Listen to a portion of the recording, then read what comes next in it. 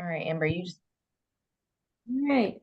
All right. Welcome to the West Virginia Entrepreneurship Ecosystem July meeting. We are very excited to have you here. I know a lot of people are on vacation. I know I just got back from my European getaway, and we are excited to be back and getting ready to kick off for the fall. Amber, I'm going to send it over to you. Any thoughts before you have that baby?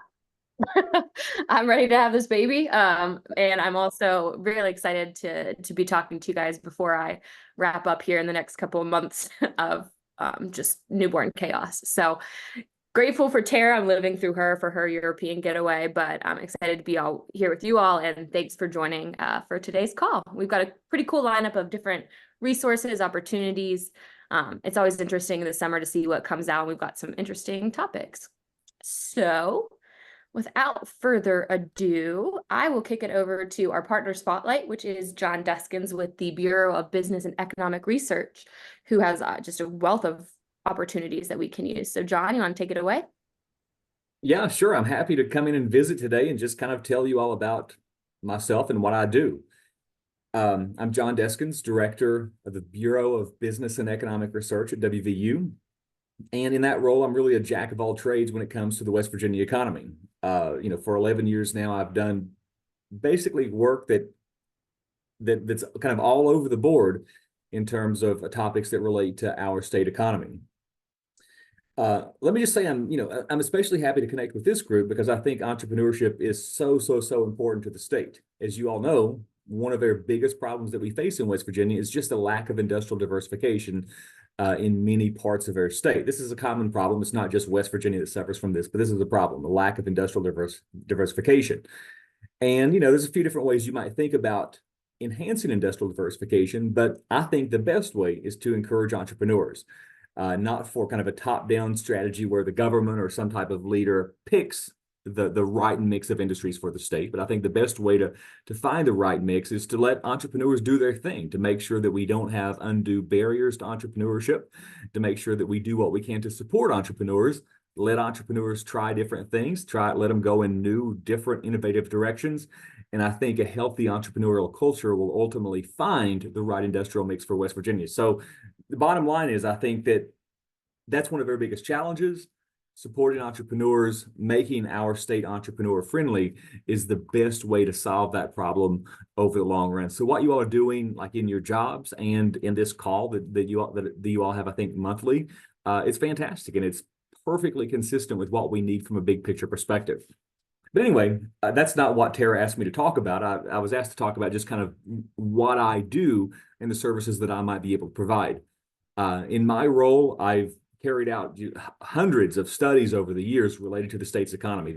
And you all should, feel free to reach out to me and ask for my assistance. And I'll be glad to either assist you directly or connect you with other people in the College of Business and Economics or other places across West Virginia to help you directly.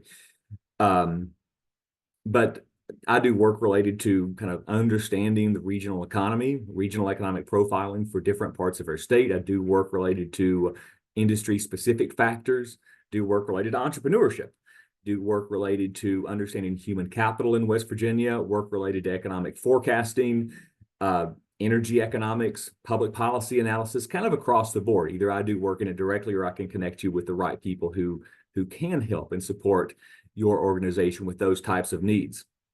What Tara specifically asked me to focus on was the study that I do that's the type of study that I do that's really most common, and that's economic impact analysis. Big demand for economic impact analyses for organizations like yours and for a whole host of organizations. The idea is that, say we have a factory in West Virginia that employs, 500 people and produces 10 million in output. I'm just making these numbers up. That 10 million and those 500 employees are directly, in and of themselves, part of the West Virginia economy, of course. But that business spends money in the state on inputs. It spends money on professional services. It spends money on lawyers, legal fees, marketing services. It spends money on energy, other raw materials. As that business spends money, it creates demand for other businesses that are upstream. And as such, the business creates a whole host of indirect economic impacts. Furthermore, those 500 employees, their income's part of the state economy, of course. but they spend that money again in this iterative process. They spend money on housing, entertainment, food, whatever you spend money on, they spend that money again, and it circulates through the economy in this iterative way. The whole idea is that when you look at an organization like this factory with 100 million in output or whatever, the total economic footprint of the organization may be way more than that. Total economic footprint may be twice of what its direct expenditures are when you consider this positive spillover effect or this positive multiplier effect that the organization and its money has circulated through the economy. So I really have a lot of experience in quantifying those economic impacts. I've done dozens and dozens of studies where I do just that to help people understand the real economic footprint of the organization, not just its direct numbers. So if you ever find yourself needing help in that area, certainly feel free to reach out. I'll help you myself, or I'll get together a team to help. These types of studies are important for receiving grant funding sometimes. Types of studies are important for receiving support from economic development leaders. There's a whole host of reasons why you might want people to understand your broad and complete economic footprint. So whether it's economic impact studies, economic forecasting, regional profiling, specific industry studies, human capital related issues, reach out, and always happy to help. Thanks, John. We really appreciate you taking the time to come on the call today and offering your services. So if you don't mind, can you drop your information into the chat? So I know we have tons of folks on here that go for grants and might need the services that you provide. So we would love to have those folks reach out to you directly. So thank you again for your time today. Happy to come on, no problem at all. All right, so next up we have our entrepreneur spotlight. So Natasha, can you tell us a little bit about Jarhead Farms? Yes, my name's Natasha Zoe, and Jarhead is the nickname for a Marine, and I am retired medically from the Marine Corps. We have been in business for just more than 24 months now. Our business was started a little bit before that legally, but we've actually been functioning for about 24 and a half months. Our problem is threefold. Locally, we have a big problem with food and financial insecurity, combined with a lack of access to fresh fruits and vegetables. We don't have a grocery store here. It's more than a half an hour ride and often 45 minutes one way to get to a grocery store. West Virginia fruit farmers, most of them are too small scale, that despite having excess capacity to grow and having excess crops, they're just can't bring fruit down here because it's too far. And our third problem is we have only one co-pack facility in West Virginia. Co-pack means that it's an FDA inspected facility that can thermal process fruit and vegetables to be able to sell across state lines to make things shelf stable. We only have one in the state, and that one is Riggleman's, and they are at 100% capacity. They have been for years. They have no desire to grow. So our solution is threefold. We're planting a sustainable farm of fruit trees and vegetables. We're co-planting for pollinators. We're co-planting so we don't have to need chemical pesticides. We just put in 3,000 plants this year. We have another 10,000 plants total to go to fill the farm. That's 10.8 acres. We also aggregate fruit. We have a twice weekly route that runs through the center part of the state around the Eastern Panhandle and back down to our local area in Alderson, the southeast corner of the state. We purchase and distribute fruit along that route. We work May through October for that. We also have a mobile market that we go to the rural areas in Summers, Monroe, Greenbrier, and now Mercer counties 6 days a week. And we set up and sell fresh fruits and vegetables. We take EBT, we have senior vouchers. We go to places where we are accessible to people who have food and financial insecurity instead of expecting them to come to us. And we are trying to get a FDA inspected thermal processing co-pack facility up and operational. That way we could process not just our fruit, but fruit for, right now we have 18 small scale West Virginia fruit farmers that have given us letters of support that really want to have a co-pack facility. And we are trying to get that up and going. Second year in business, the first partial year we did $3,000 in sales. The second, we did 36,000 for the first full year. This year, we're going to top $100,000 in sales. With the FDA inspected thermal processing co-pack facility, we will have, on the second year of that in operation, we will have an economic footprint of more than $500,000.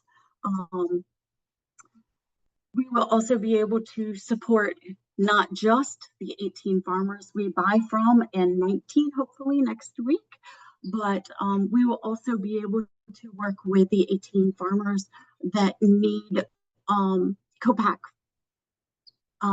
services. And those two combined, the orchard and the co-pack facility, is what makes it sustainable. One without the other is not sustainable. And as we expand, although we're expanding very quickly, we're constantly looking at how to do this in a sustainable way and how to be part of the community. So what do we need? We really need the last 20-25% of the expenses to get a FDA inspected facility up and running. Not only do you need the technical assistance, which the West Virginia Hive has really generously given us, and the equipment for a commercial kitchen, which almost all of that, $80,000, we have purchased or bartered for.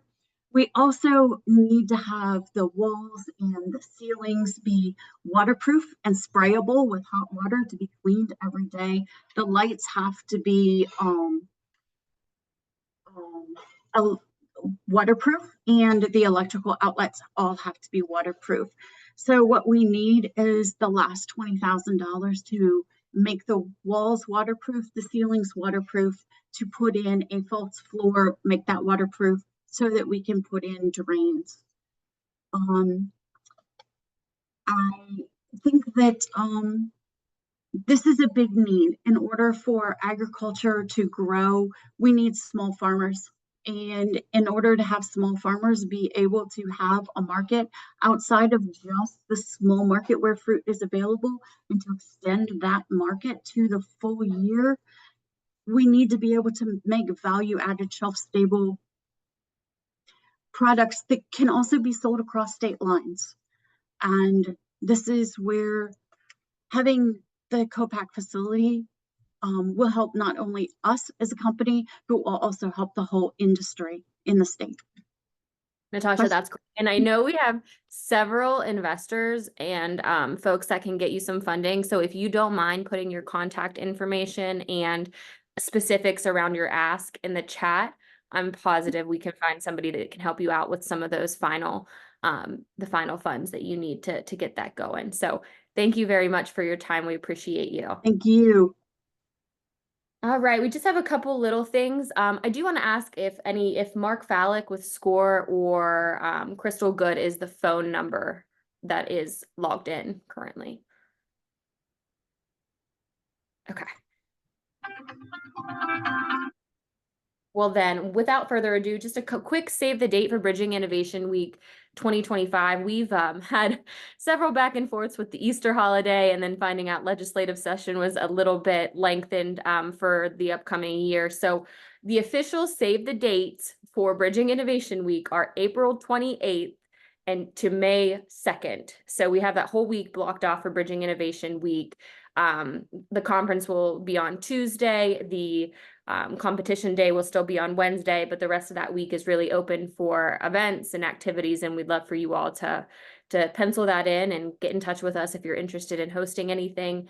And just a reminder that it will be in Shepherdstown. They've generously reached out to us to host, and we're really excited about kind of talking to them so far about what we're doing. So please save that date, and if you have any ideas for events or anything that you'd like to talk to us about, copy Tara and I. And then Jen, I'll also ask Jen Watchering on our team, who's the events lead for Bridging Innovation Week, to drop her contact information in, and we'll get you scheduled and we'll talk about what we can do. So, Tara? Yeah, so of course, thank you to Shepherd University and the whole Eastern Panhandle. We're really looking forward to going there in 2025. Thanks for having us on campus and doing the tour. We are really looking forward to that. And next, we want to make an announcement. So Judy Moore, thank you so much. Judy has graciously offered to cover while Amber is out on maternity leave, doing the co-host duties for the West Virginia entrepreneurship ecosystem. So Judy has already stepped up in many ways. I know many of you have worked with Judy across the state, and she's the one that actually connected us with Natasha today for our entrepreneurship spotlight. So Judy, do you have anything you'd like to share? Absolutely. First, I just have to say, Natasha, you did an amazing job. Thank you. You are amazing. When you said that you asked me to fill in for Amber, I don't think that's possible, but I'm going to do my very best. I do want to say that I'm so proud of the work that both of you have done with this West Virginia ecosystem.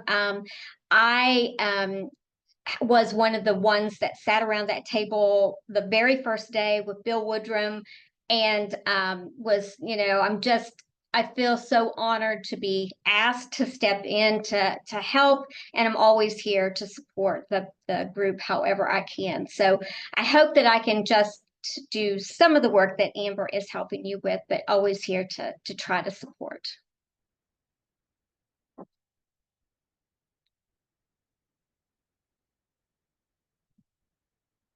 Sorry, I was like Thanks. typing thank you to Judy. I realized I'm introducing the next speaker.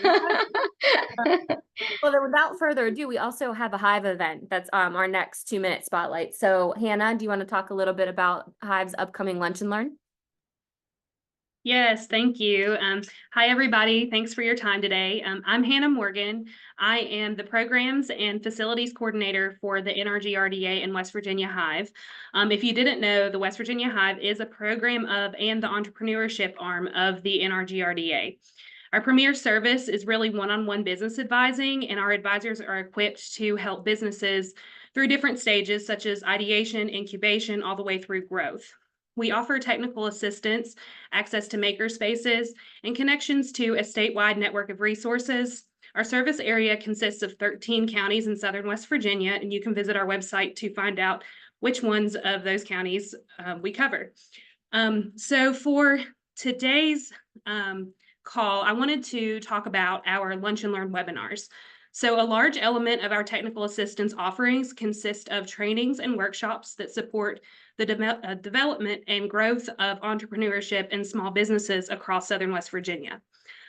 So in July, this month, we are going to have a Lunch and Learn webinar focused on workforce development. So we'll have Donnie Pomeroy with the Region 1 Workforce Development Board joining us to discuss 3 key workforce development programs designed to enhance skills and employment opportunities. Those will be transitional jobs, on-the-job training, and incumbent worker training. So the webinar will be on Wednesday, July 17th, 12 to 1 p.m., and there is no cost to attend. We do ask that those planning to attend register, so I will drop the registration link in the chat, and please share with your networks. I'll also drop the link to our calendar of events page on our website and a link to sign up for our weekly newsletter, both of which will help you stay updated on upcoming West Virginia Hive events. So that's pretty much it. Thank you guys for your time, and we hope to see you on the webinar. All right, sounds good. Thank you so much, Hannah. We really appreciate you coming on, taking the time today. Okay, so next up, Mark, can you talk to us about ARC Distressed Counties research that you are conducting? I can. Thank you very much. Give me 1 second and I will share my screen. Let's see here. Everybody should be able to see it. Are we good? Yep, it's good. All right. So 2 minutes or less. So when I first got to Glenville a few years ago, I found out that WVU's extension had conducted a first impression study of Glenville. And I'm like, I wonder what's changed in the last 15 years, which is what took me down this path. Just real quickly, those of you who may not know how ARC ranks their counties, they look at every county in the United States, all 1,000 or 3,117 of them, and then they are ranked by either distressed or the worst 10% of the counties, at risk or 10 to 25%, and competitive and attainment. And so then they extract their counties out of that. And that's an important distinction we'll get to in just a second. So here were the counties when I did the research. These are actually 2023 numbers. And so I looked at those counties who over 15 years had emerged from distress and stayed out. They may have gone in, come out, whatever, but these were the 13 counties that I studied. Here's where they are geographically on the map.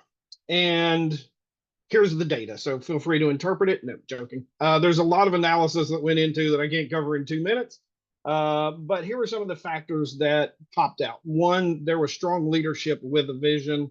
You needed a spark. Just because you had that vision, something had to create the spark. Festivals were really important. All of these counties that emerged from distress had multiple festivals, multiple activities, great sophisticated marketing. A lot of them relied on tourism, but tourism isn't easy and it takes a lot of work.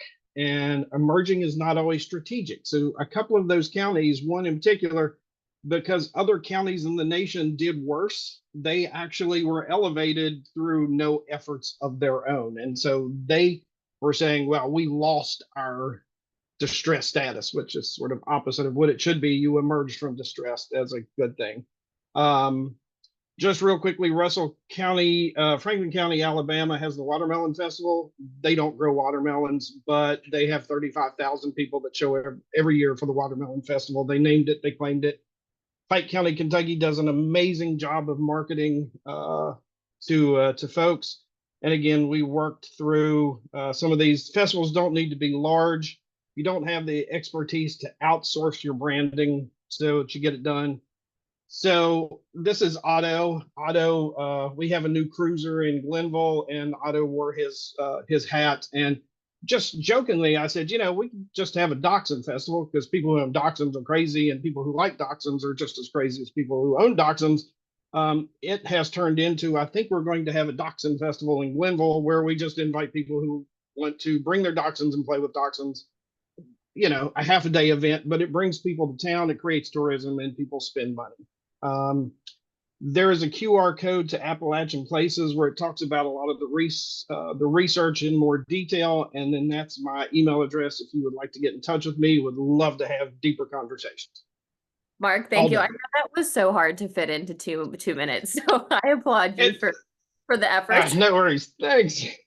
I will say that somebody had asked where they can access the data. Is that the QR code the best, or could you put a link or something that, whatever the best way to get some of that information is to folks? Yeah, probably email me and I will get you, I'll put my email and phone number out there. And yeah, if you shoot me an email, I am happy to get you what you need.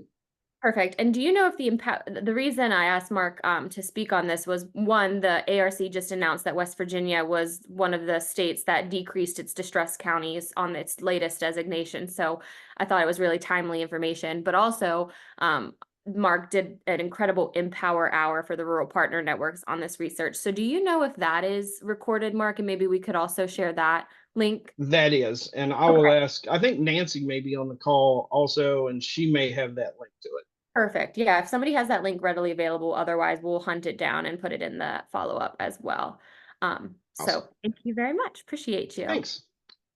All right. Just a quick, I don't think that Crystal is able to hop on today, so I want to make a note that there is a Black on the Map project that is mapping Black-owned businesses in West Virginia, and we would welcome you all to share that and ask folks to contribute to that business directory. So I will share that information in the chat on the announcement of the project, as well as the link to sign up for the directory in the chat as well. So then we will go into, Kristen is going to talk to us a little bit about Partner Community Capital's upcoming August workshop. So Kristen? Good afternoon, everyone. My name is Kristen Beveridge. I'm the manager for the West Virginia Recreational Economies Initiative at Partner Community Capital. That's always a mouthful. I'll have all of my information in the chat, so no need to try and remember all of that. We have some awesome trainings coming up that I just want to quickly plug. Tomorrow, actually, at 10 a.m., we have Talking the Language of Google, how to create a business profile, how to index that profile, the analytics, and a deeper understanding of what all of that means. These trainings are free and open to the public, so you can sign up for that tomorrow. We still have some slots available. And then in August, we have our Chat GPT for content planning, and Canva for content creation. So using both of those platforms to kind of up your marketing game. Again, a free training, open to anyone and everyone who wants to join. I'll go ahead and stick our information here in the chat along with a flyer for the West Virginia REI program. We offer all kinds of technical assistance. We also have multiple programs at PCAP. So I heard her talking about some farming efforts. We do have a local food value chains initiative at PCAP as well. So if you're interested in that, you can reach out for that initiative. And we also have the West Virginia Women's Business Center. I see Nora is here on the call today. They also have some amazing training. So just go to the PCAP website, check everything out, and sign up for those trainings. I see Nora popped her training there in the chat as well. So check those out. They're free to all, and hope to see you there. All right. Thank you, Kristen. We appreciate PCAP's continued support of entrepreneurs across the state. So thank you for what you do. If you wouldn't mind, I saw you threw something in the chat. Can you also throw your contact information in there as well? Absolutely, I can. All right, perfect. Thank you. Okay, next up, Ashley Glantz. Can you talk to us about the State of the Valley event? Absolutely. Hi, everyone. I'm Ashley Alford Glantz. I'm president of the Putnam County Chamber of Commerce, and really grateful for the opportunity to share a collaborative event that we are hosting with our neighbors at the Huntington Regional Chamber of Commerce, as well as the Charleston Chamber of Commerce, or as you may know, the Charleston Area Alliance. This year is our second year for this event, and it is an opportunity for us to showcase the collaboration that goes on in the Metro Valley. So we thought it was just a no-brainer for the three chambers to get together and do a one-time 1-year event, or annual event. And so last year we were just completely overwhelmed by the support that we received with this event, and so just so eager to plan this year's event. So this year's event is going to be at Valley Park, and on August 21st, it's a lunchtime event. And what we like to do is highlight some of the successes that are happening within our region, that we are just, ways that we can collaborate or showcase progress, or even just highlight specific successes within each community. So last year we kind of focused on a presentation from our county commissions, as well as some mayors from Huntington and Charleston. And then this year we are so excited to highlight the impact that tourism has on our economy here within the Metro Valley. We are very fortunate to have many activities, but one thing that really does bind us all together is our sports. And so we're going to have Secretary Ruby with us, as well as our CVB directors from Huntington, Putnam County, and Charleston there. And then our special announcement is that we actually have Chef Paul Smith is going to be our moderator. So as you all know, he was just recently awarded the James Beard. And so we're just so excited to have him. So either way, you can find out more at putnamchamber.org/State of the Valley. And then I'm going to drop all that in the chat. But for anyone that has questions about it, or ways that you might be able to mirror it in your region, we would be more than happy to share information. Or if you want to come, please come. Thank you. Please what a come. powerhouse Really, of chambers. So thank you very much. Thanks for the opportunity. Absolutely. All right. Marjorie, I think you're talking on behalf of Faster, because when I asked Brian, he said sure. So do you want to share your screen, or tell a little bit about your event you got coming up? Gosh, we agreed that Brian would give the spiel. Yes. Never I thought I mind. was. Hey, listen, this is why we say 5 minutes. You join in advance. Over to Brian. Brian. Yes, I can go. We good? Yeah, you're good. Okay. All right. Thank you. So, yeah, so next week on the 17th at Area 34, we're going to be hosting, it's a networking and resource sharing event for our food and beverage producers in the area. So if you have any food and beverage producers in your network, please let them know about this event. Marjorie's going to put a post or put a link in the chat. We're going to be giving some updates on the Lift Center. And if you're not familiar with the Lift Center, it's Charleston's Lift Center, the Food Enterprise Incubator. We're going to be partnered there or positioned there to help people who are looking to expand their food producing business. If you're not that familiar with it, there's 4 kitchens, commercial kitchens that'll be there available for to rent by the hour. There's a co-packing component that's built into this. There's also a distribution component built into this as well. It's just really a great opportunity for someone who has that barbecue sauce they want to put on the shelves at Kroger, right? I mean, it's hard. You can't do it from your house. You need the commercial kitchen to be able to do that. And you also need those, the access to the other resources that we'll be able to provide and support people with that are going through, that are making use of the center. And that is it in less than 2 minutes. Wow. Awesome job. Round of applause, Brian. Love it. Love the matchmaking idea, the food and beverage. Wish I could be there. So love all the things that are going on with Faster. Okay, so next up, Will, can you talk to us about the Appalachian Sustainable Finance Hub? I can. Good afternoon, everybody. My name is Will Bernstein. I'm the project director for the Appalachian Sustainable Finance Hub.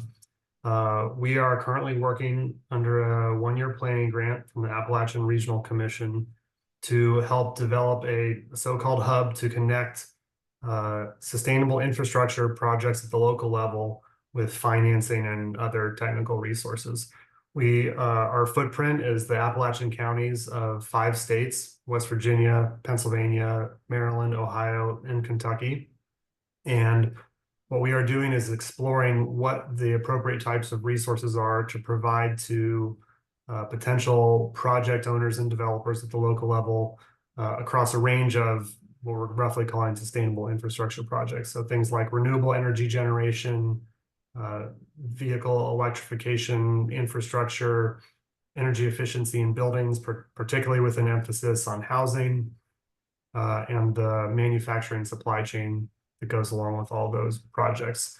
So as part of our planning process, we're building out cohorts of folks on both the industry side, so the investor and developer side, but also potential local project owners and sponsors. And as part of our work of gathering information from those groups, we're holding a couple of events throughout the year. We actually have one tomorrow from 11 to 1, where we're going to have folks talking about different kinds of projects from both the funder side and the local project owner side of things. So if you're interested in that, please attend. I'll drop a link for that.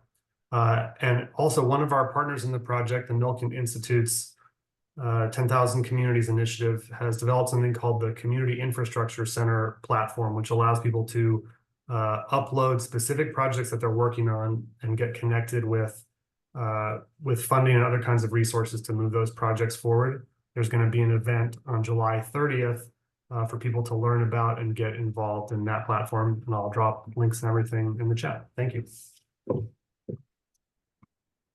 Perfect. Thank you so much. I know I joined the initial kickoff call, and I think that'll be a really beneficial resource for the region. So thank you for joining us. All right. Now we have Landon Palmer filling in for our friend Mike Queen with a Secretary of State update. Landon, you want to take it away? Yeah, thanks, Amber. Happy to be here speaking with you all. 2 items to share from the Secretary of State's office. The first is more routine. If you're signed up for our press releases, you would have seen that we pushed out the new business report for the month of June this morning. Gilmer County led the state in business growth, but there's a lot of interesting insights on several different counties in the state.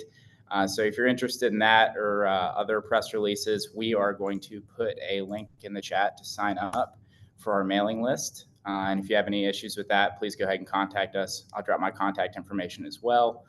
The second item, hopefully most of the entrepreneurs and business owners on the call are familiar with the Corporate Transparency Act, the new federal filing requirements that took place January 1 of this year. Essentially, many business owners are required to file what's known as beneficial ownership information to the United States Department of Treasury. So while our office is not directly involved with this, Secretary Warner is committed to helping the business community navigate the new requirements. So we have a landing page on our website with a great new 5-minute video tutorial that the Department of Treasury just put out. We're actually going to do a press release on it as well. But our landing page has that video embedded as well as other useful links. There are 23 different exemptions, but outside of those exemptions, all other businesses are required to file and there are deadlines. So highly encourage those that aren't familiar with the Corporate Transparency Act to check out our landing page. I'm putting it in the chat momentarily. Awesome. Thanks, Landon. Thanks for keeping us out of trouble. We've got a lot of entrepreneurs on here, so we will make sure to get that filed. I know that Carrie and I just got ours filed. So thank you very much to the Secretary of State's office. All right, Mark Burdett, what's going on, buddy? Give us the update. What's the hot gossip with Business Link? The hot gossip. I like that. Good afternoon, everybody. I'm Mark Burdett. I'm with the West Virginia Business Link here at the West Virginia Small Business Development Center. It's great to see everyone. Wanted to kind of highlight what we did last month to let folks here in the ecosystem know that we had a great turnout for the Business Link Lunch and Learn on June 18th. There's a lot of engagement, great feedback, and we're in the planning stages of kind of rolling out some of those takeaways that we, the feedback and the takeaways that we got from that to improve communication and transparency and all that kind of good stuff. So be on the lookout here in the coming weeks as we kind of roll that out. Another reminder to submit your events. You guys are just from a year ago, the increase of people posting events on the site has gone up tremendously. So I really thank you guys for doing that. It's a great way to promote your event. We are seeing a lot of traffic going to the events page and people searching. And it's kind of become the kind of go-to calendar for the entire state. So just highly encourage, if you're not doing that, please do. And it gets up there within 24 hours when you submit it. I think what else I want to cover. I think that's about it, Tara. Those were the two main things that I wanted to highlight. There will be future lunch and learns, and the invitation is always open. Whether you have your group, your organization, or individually, if you guys want one-on-one like that, I'm always available. So please reach out and we can get a session scheduled and we can go deeper into Business Link and how you guys can take advantage of it. Awesome. Thank you, Mark. Yeah, such a great resource. And he really means it when he says he's always open for one-on-one chat. So please reach out and take advantage of that resource and the opportunities that are available for you. All right. So we have an interesting little corner here to wrap up the day. We're doing a Meet the Investors, and I'm going to let Michelle with Innova kind of guide that and introduce and kind of have the investors lined up and to speak. But we have several of them on, and they're going to give you a little bit of an overview. So Michelle, you want to take it away? Sure can. Thank you very much. Good afternoon, everybody. I'm Michelle O'Connor with Innova Commercialization. We are an initiative of the High Tech Foundation, and I gave you an overview of what we did last month. But what we want to do is going forward, the Investor Corner is going to be set aside for entrepreneurs to pitch their needs outside of what the normal pitches are for that you saw earlier, but for our investors to actually hear that and ask questions. So to tee that up though, so that you all know who would be listening whenever you did that, and then who would be going into a breakout session after this call to answer any questions, would be 304 AF, Country Roads Angel Network, West Virginia Jobs Investment Trust, Vantage Ventures, and Wing to Wing Foundation. So what I'm going to do is ask each of these, and I'll introduce them as we come on, to do a 1-minute overview of who they are and what they're looking for and what their investments that they want to see in their portfolio are. So to begin the conversation, I'm going to start with 304 AF. And Hi all. Yeah. Ashok Agarwal here, representing 304 AF. 304 AF is a member managed angel investment fund.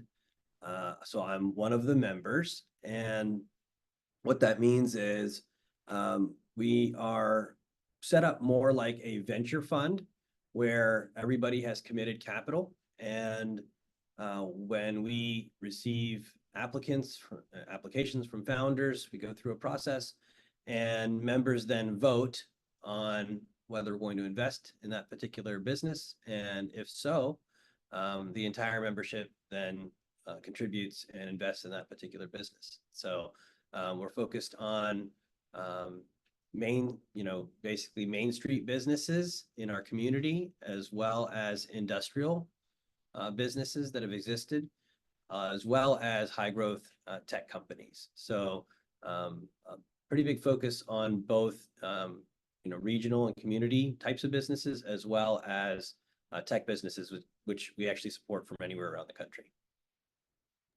All right, Michelle, I think I probably used about a minute, so. Thank you very much. Great. Next up for introduction is Country Roads Angel Network, or as I always refer to them as CRAN. I'm Michelle. This is Mark Halbritter. Country Roads Angel Network is a group of individual investors who, similar to 304 AF, receives applications, runs them through a process, and the decision is made on whether to invest or not. The difference between 304 AF and CRAN in terms of how we invest is that each individual makes a decision about whether or not to invest. And if they do invest, they decide how much. We work closely with 304 AF, ANOVA, and others so that we can maximize the benefit we can bring to entrepreneurs. We invest in all different kinds of businesses, from a family startup to a high tech or even medical devices. So there's nothing that's off limits for us. The only thing that we look for is that there be some tie to West Virginia. All of our investors are from around the country, but they all have some connection to West Virginia and want to give back to the state. Great job. And I'm going to go ahead and ask you and Ashok to go ahead and put your contact information in the chat, just in case anybody wants to follow up with you all. Next up is the West Virginia Jobs Investment Trust. And I do see Nathan there. I'm not sure if Andy's going to do it or you are. We can do either one. Andy? Yes. Good afternoon. It's good to be with everyone and good to see some familiar faces. Thank you, Michelle. I am Andy Zuloff, and I'm with the West Virginia Jobs Investment Trust. We are the state's venture capital fund. We are an early stage seed investor that can also participate in later stage investments. So we like to keep some dry powder to do some follow-on investing. We are industry agnostic. So we run the gamut from SaaS-based technologies to manufacturing, to healthcare, to a rainbow trout farm in Beckley, West Virginia. So we are typically a minority investor that works with the management team and with the board to help strategize and scale the company and grow. We also like to co-invest with folks who have similar interest and of similar stage. And I think I'm out of time. I would just like to add that we're the program manager, state manager for the state's venture capital, the SSBCI program, which many of our program participants are on the audience here, and we can drop some information into the chat box for the group. So thank you for your invitation. Thank you for your hard work and everything that you're doing. Thank you, Andy. Next up would be Brian with Vantage Ventures. Is he on? I don't see him on, Michelle, if you want to. That's okay. Well, anyway, Vantage Ventures, Brian Angus, he is available. They have a seed fund and he will be part of the pitches going forward. Next up would be Wing to Wing. Do we have? Yes, Michelle, thank you. My name is Max Knapp. I wear a couple hats, one of them being I serve as the managing director for Wing to Wing Ventures, which is the venture capital arm for Brad and Elise Smith alongside their foundation.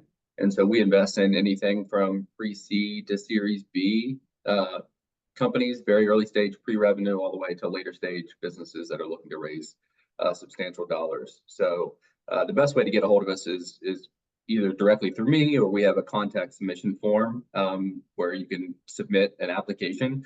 But ultimately, outside of investment, what entrepreneurs receive is coaching and mentoring, not just from me, but from Brad Smith as well, which turns to be fairly invaluable for a lot of people that are looking to commercialize their startup idea. So this is relatively new, but it's an exciting time, just given all the momentum that we have and the fact that several of the investment groups here on this call today have only been around for a few years. That's a great sign. Thank you, Max. And then we also have Mountain State Capital, who is not on the call, but they will be also part of the invite. So to let you know, going forward as an entrepreneur, what we're looking to do next month, and I'm going to put my contact information in the chat, is if you are a business owner, an entrepreneur, a startup, and would like to pitch to any of these organizations, or if you're in an organization that would be liking to be part of this cohort, let me know. And what we're going to do starting in August is let you all do a pitch. The entrepreneurs do a pitch. And then it'll be at the end of our monthly call. And then we'll do a breakout session. And then the investors will be able to go ask questions of the entrepreneur. And so this helps you get an idea of interest, questions that you may be asked, and help guide your process of either starting or expanding and doing what you want to do in West Virginia. Perfect. Awesome. Oh, sorry, Amber. I was just going to say thank you, Michelle. We've had this idea. We've been talking about it for years. So thank you so much for helping bring it to fruition. We are very excited to kick it off next month. So we're looking forward. So just so everyone again understands, if you are interested in pitching to any of those folks, those investors that just spoke, this is going to be live. And then there will be a private breakout after the call. So we want to really make sure that we are highlighting entrepreneurs across the state of West Virginia and giving them an opportunity to talk directly to some of these investors and ask questions one-on-one, so it's not such an intimidating process. So thank you, Michelle, for really taking the lead on that. We're very excited. And if you're a resource provider on, we would love for your entrepreneurs to take advantage of it. So I think we'll put a little bit of language. Maybe Michelle, if you could help us put some language in the follow-up recap for how resource providers can help share that, and then direct to entrepreneurs. We want to make sure that it's accessible to as many folks as possible. Absolutely. And we do have a question. Is it just one entrepreneur per call? And I think right now we're looking at just one, but if we should start to get a lot of interest in this, we certainly can look at other formats or venues. We're just testing the waters right now, right? Yep. Absolutely. So thanks, Michelle. We appreciate it. And thanks, Adam, for the question in the chat. So speaking of questions in the chat, Mary, I know that you had mentioned something. We've got some SBIR, STTR funds announcements. Would you like to come off mute and tell us about that? Yeah, hi. So it's July. Every January and July, we have the state matching funds for SBIR, STTR awardees. So I just want to remind people, if you know somebody, or if you are somebody who has received an SBIR program award, that the state has matching funds, and July is the time to apply for that. So just a reminder. Thank you. Perfect. More funding, all the funding, everyone. Great. And then Carrie, do you want to talk a little bit? I know we mentioned the Marshall County pilot, but it looks like you're getting ready to kick things off. So you want to talk a little bit about that and what you're looking for? Yes, Amber, thank you. We're very excited for this initiative. I know I talked about it last month's meeting, but in case you weren't able to attend, we are doing a 3-year pilot study in Marshall County to establish a county-wide entrepreneurship ecosystem similar to what we've done at the state level. And we kick it off August 1st. So I'm reaching out to any entrepreneurs or entrepreneur resource providers who work in, you don't have to necessarily live in Marshall County, but if you work in Marshall County, I would love to get you connected with this project. We're really excited, and it's being funded by the Marshall County Commissioner's Office. So we're really excited that they have this, we have their support. So thank you. Perfect. Thank you, Carrie. All right. Any other final updates, or if you want to put it in the chat, we'll get it in the recap email, but this has been a jam-packed agenda for a July event. Any updates from anybody else? And of course, if you are not ready, you can certainly email us, and we are always working on the next schedule. So we're already getting emails for the August call, the September call. So if there's something that's coming up, the further out you let us know, well, Amber will likely be on maternity leave for the next one, but if you want to let me know or Jen know, we can go ahead and get you on the schedule for future calls as well. Perfect. All right, guys. Well, thank you. Happy July. Hope everyone had a good 4th and surviving the hot weather, and we'll see you in August. We might see you in August. We might see you. I see won't see you, but I'll send pictures of the baby so you guys can. Thank you. Thanks all. Well done. Bye. Bye. Good Bye, luck, everybody. Amber. Good luck. Thank you.